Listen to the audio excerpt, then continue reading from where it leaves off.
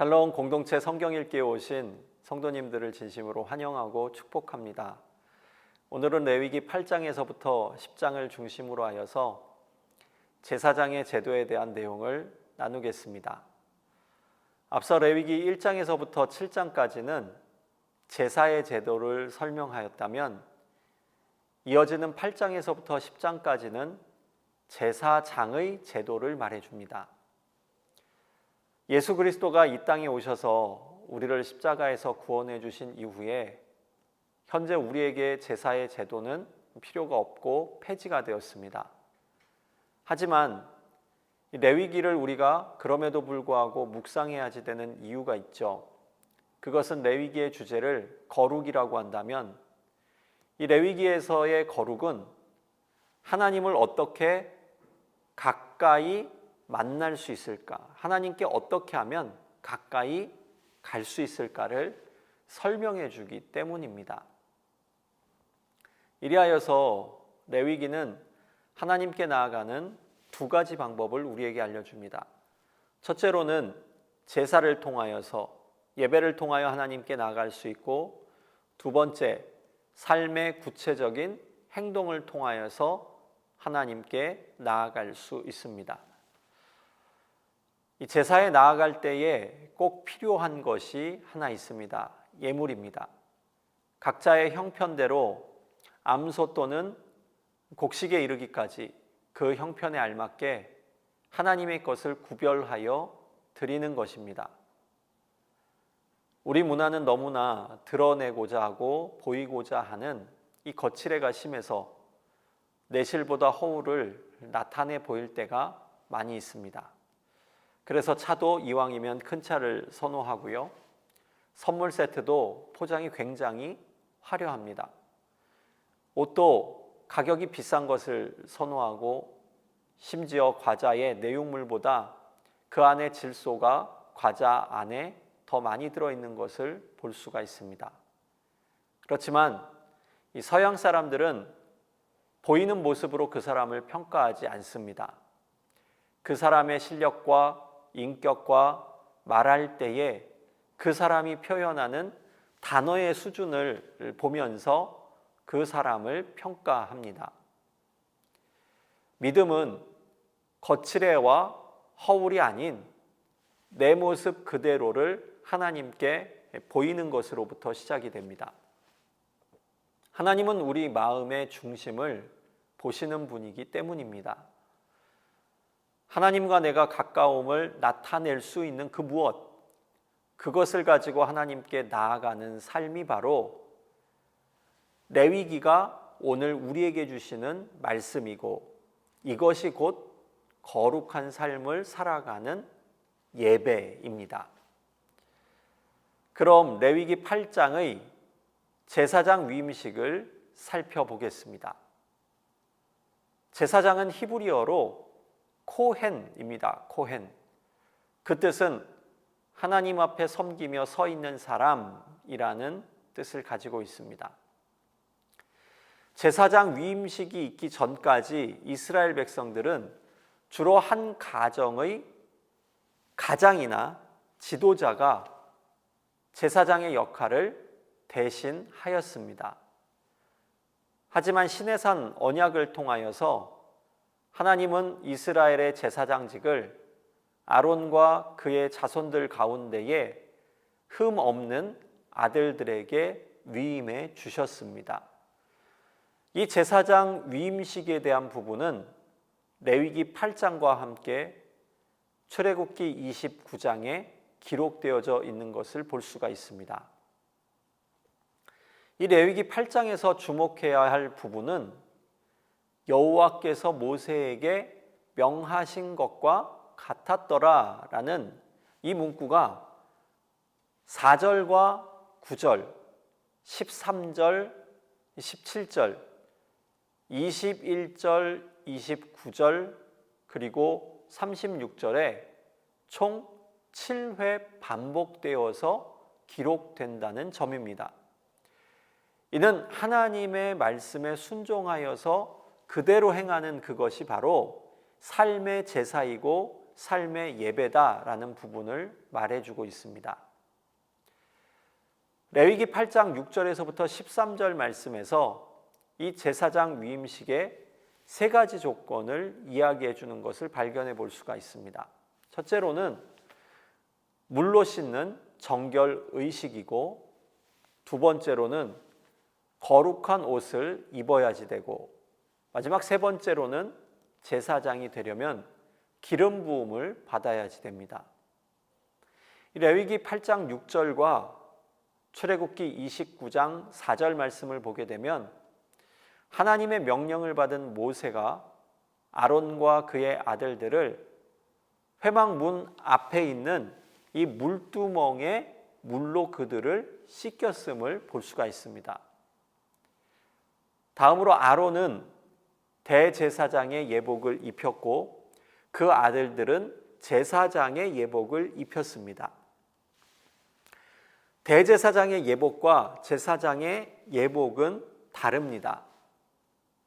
겉옷과 세마포 속바지, 두건 그리고 허리띠는 공통이었지만 대제사장은 겉옷 위에 두루마기와 에봇과 흉패와 금관을 썼습니다.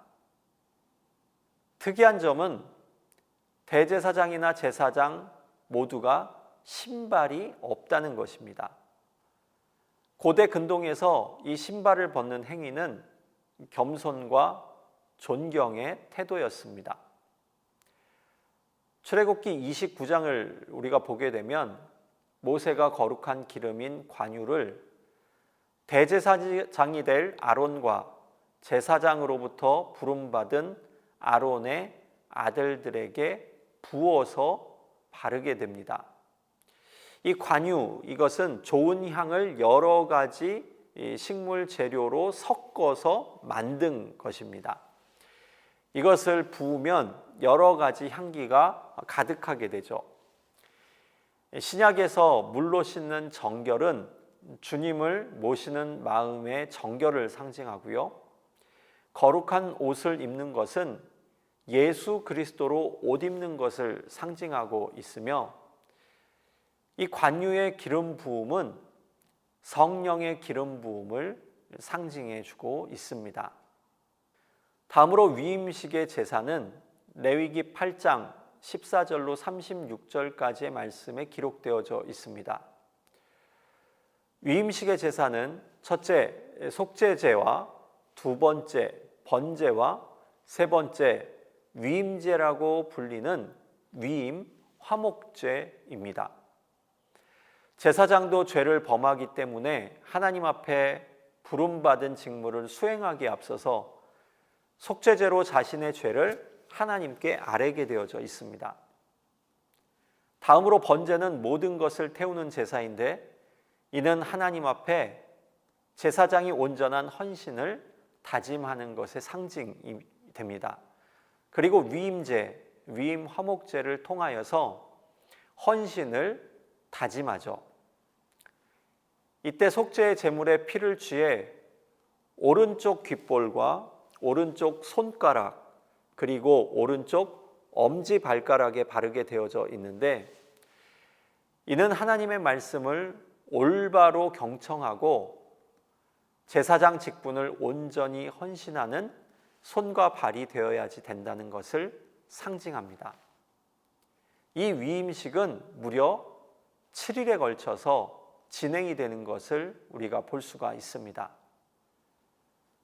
다음으로 레위기 9장의 시작은 8째 날이란 문구로 시작되는 것을 보게 됩니다.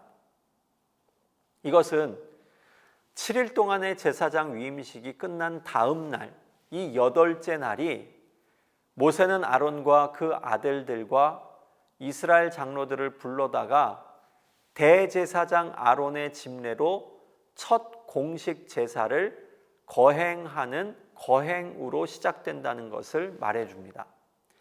이 첫 제사가 기록된 레위기 9장에서 주목해야지 될 문구는 6절과 22절 말씀에 기록되어져 있습니다. 여호와의 영광이라는 단어입니다. 이스라엘 백성은 회막 앞에 모이게 되었고 이스라엘의 첫 예배가 공식적으로 시작이 됩니다. 예배의 목적은 바로 여호와의 영광입니다. 그리고 예배를 그들이 마칠 때에 여호와의 영광이 온 백성에게 나타납니다. 이 첫 번째 제사는 바로 속죄제였습니다. 그러므로 예배는 자신의 죄를 고백함으로부터 시작된다는 것을 설명해 주는 해석으로 우리가 표현해 볼 수 있습니다. 레위기 10장은 제사장의 직무를 위반한 사건을 다룹니다. 시내산 회막에서 아론과 그의 아들들은 속죄제로 첫 예배의 집례를 시작하였습니다. 그리고 여호와의 영광이 그들 가운데에 임하셨고 이스라엘 백성은 기쁨이 가득하여서 화목 제물의 음식을 나누고 있었습니다.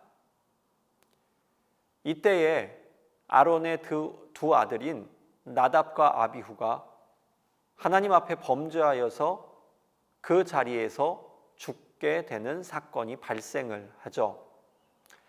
레위기 10장 말씀을 보시게 되면 그들은 다른 불로 여호와 앞에 분향을 하다가 불이 그들을 삼켜서 죽게 됩니다. 여기서 우리는 하나님의 거룩하심에 대한 부분과 하나님의 사랑에 대한 부분이 혼란스럽게 섞여서 이 부분을 과연 어떻게 해석해야지 되는가를 고민하게 됩니다. 그런데 기준이 무너지면 원칙이 사라집니다. 하나님의 말씀은 거룩의 기준이죠. 이 부분을 어겼는데 이 부분을 덮게 된다면 그렇다면 이 원칙 자체가 무너져 버리고 어긋나 버리게 되는 겁니다. 첫 제사에서 잘못된 선례가 한 번이라도 그때에 허용되게 된다면 그 다음은 그 선례로 인하여서 기준이 원칙이 흔들려 바로잡을 수가 없게 되죠.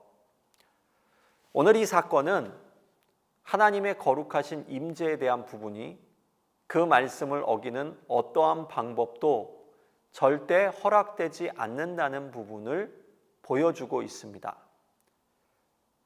그렇다면 왜 이 축제의 날 첫 제사를 드리고 모두가 기쁨 가운데에 하나님의 영광의 임재 가운데 있을 때 나답과 아비후는 다른 불로 분향하여서 죽임을 당했을까요? 두 가지 태도의 잘못이 있었음을 볼 수가 있습니다. 첫 번째로 그들은 하나님의 말씀을 제대로 경청하지 않고 흘려들었던 거죠. 듣기는 들었는데 적당히 흘려듣고 자신의 방법대로 그것을 해석하였기 때문에 문제가 생겼습니다. 두 번째로 그들은 거룩함을 요하는 제사장 직분을 경홀히 여겼습니다. 9절의 말씀을 근거로 보게 되면 그들이 다른 불로 하나님께 분향하게 된 그 그릇된 판단의 시작은 술 취함이었습니다. 술 취함은 거룩한 것과 속된 것, 또 부정한 것과 정한 것을 분별하지 못하도록 정신을 혼미하게 만듭니다. 나답과 아비후는 이 일로 인해 하나님께 범죄를 하게 되었고 그 결과 그들은 죽임을 당하게 되었습니다. 이들이 죽은 후에 하나님은 엘르아살과 이다말을 제사장으로 부르십니다. 그리고 모세는 그들에게 제사장의 규례를 전하게 됩니다. 그리고 마지막 10장 마지막 단락인 12절에서부터 20절은 하나님의 거룩하심 앞에 선 인간의 두려움과 조심스러움을 보여주고 있습니다. 제사장의 몫에 대한 규정이 앞서 일어난 끔찍한 비극에도 불구하고 세밀하게 확인되고 있다는 점은 하나님의 거룩하심과 하나님의 사랑에 대한 부분이 함께 드러나는 중요한 포인트가 됩니다. 본래 속죄제에서 제사장의 몫이 주어지고 이를 먹는 것도 제사장이 속죄제를 완성하는 본질적인 과정입니다. 하지만 아론은 오늘 이 속죄제에서 제사장의 몫을 먹지 않습니다. 그 이유가 있습니다. 나답과 아비후의 죽음을 아버지인 아론이 바라보면서 하나님께 드린 제물을 다루는 부분에서 자신을 살피고 두려운 자세로 임하고 있기 때문입니다. 결론적으로 레위기 10장 전반부에서 나답과 아비후는 하나님의 말씀을 경히 여김으로 순종하지 못하여 죽임을 당했지만 레위기 10장의 후반부에서 아론은 속죄제를 드리고 제사장이 마땅히 먹어야지 될 부분을 취하거나 먹지 못했음에도 불구하고 죽임을 당하지 않았습니다. 그 차이점은 바로 하나님을 경외하는 마음이 있다 없다의 차이였습니다. 다시 말해서 아론은 자신이 하나님 앞에 죄인임을 깨닫기에 제사장이 취해야지 될 음식을 마땅히 취하지 않고 조심스럽게 다루었습니다. 그리고 하나님은 그 마음의 중심을 보시며 그 예배의 자세를 기뻐하셨습니다. 이것은 앞서 말씀드린 원칙을 무너뜨리는 행위가 아니라 원칙을 보완하는 행위로서 하나님께 영광이 되었습니다. 이제 레위기 8장부터 10장까지의 말씀을 다시금 묵상하시면서 그 깊은 말씀의 은혜 아래 거하실 수 있기를 바랍니다.